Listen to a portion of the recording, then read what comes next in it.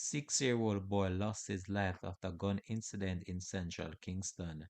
Hi again and welcome. This is Links 007 TV News Report, and we'll be right back with the full details to come. Welcome to Links 007 TV News Report, providing you with the best in local and international news updates. This is a place where you can get the most reliable and informative news information. Links 007 TV News Report. Welcome back and thanks for joining us. This is Links 007 TV News Report. A six-year-old boy was shot and killed in central Kingston on Friday. He has been identified as Timoya McCollum. Reports are that the child was at a premises where a man was torn with a gun when the gun reportedly went off and hitting the child. The injured child was rushed to hospital where she succumbed to her injuries. The accused man reportedly fled the area.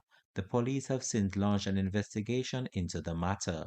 This has been Link 007 TV News Report. Thanks for watching.